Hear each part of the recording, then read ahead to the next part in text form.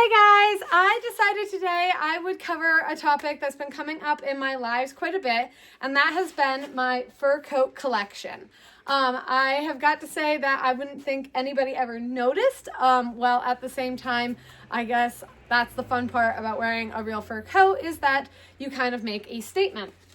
I have quite the collection started, and you'll be surprised that each one kind of has a different story on where it's come from, and how it's come into my life, and why I wear them. So starting off, this is the one you guys will probably see me in the most. This is a White Rabbit vintage. It was found at an estate sale, and my mom got it for me. This coat actually comes out into the barn the most with me and has taught me a very important lesson, is that when you're hanging up your fur coats, be sure not to hang them like a regular jacket like you would on one single peg. As you can tell, there's quite a bit of damage done to it by doing so. The coat is probably from the 50s anyways, so it's, or at least 80, I don't know. It's definitely not young. And it has gone through some stuff.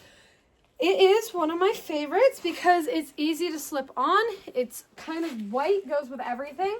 And it easily can handle me swinging a vest on up and over it. And this, they do have little snaps, all of them do, but they don't all love to stay. This one fits underneath my new vest, and I'm able to still have my pockets for my phones and etc., knives, whatever I may need. So this one is probably currently been my most popular one to wear thus far. White Rabbit vintage. It was extremely, it's just a nice little touch. Has gone through quite a bit. I believe I've even tried to stitch it, but might die in the barn, but it will probably last quite a few more years. New to me this year is this Raccoon coat. This one I'm pulling out for the burlier days when I don't really care where my cell phone is. This coat is definitely, this one actually latches a lot better. It's got little hoops to it. It's significantly thicker. It's got giant pockets that are super helpful. I don't love how draping this one is into this area. Silk scarves can carry and cover a lot, but there's still a lot of let off here. I do think that it's casual enough that I can wear this one out and doesn't make quite much of a statement. One thing you'll see is that I try to get one of all sorts of colors so it can go with whatever I am wearing. So this is my newest Raccoon for those deeper, colder days.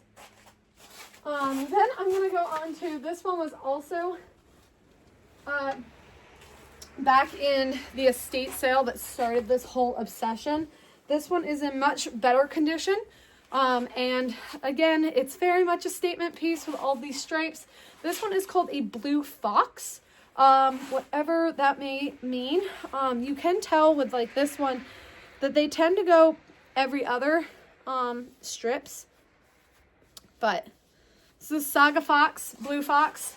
This one I would almost consider like my most casual one that I have, if I'm being honest. Now, made by the same company is my largest one. Frankly, you guys won't even be able to see the bottom. It hangs so low. It is so warm. This, I often joke when my friends say it's cold out while I'm wearing this, I go, is it now? Because you can't feel a thing while you're in this. I just recently did a photo shoot, full nude, with this out in the snow because honestly, if I got cold at any point, it just held on for a little bit. So this one is super romantic. It is Silver Fox. It is my most expensive one thus far and totally been worth every penny, but super romantic. Love this one.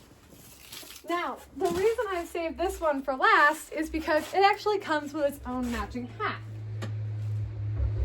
After a day being out a dirty little farm girl, a girl does like to get dressed up and act a little classy from time to time, and that is why I have saved my Beaver.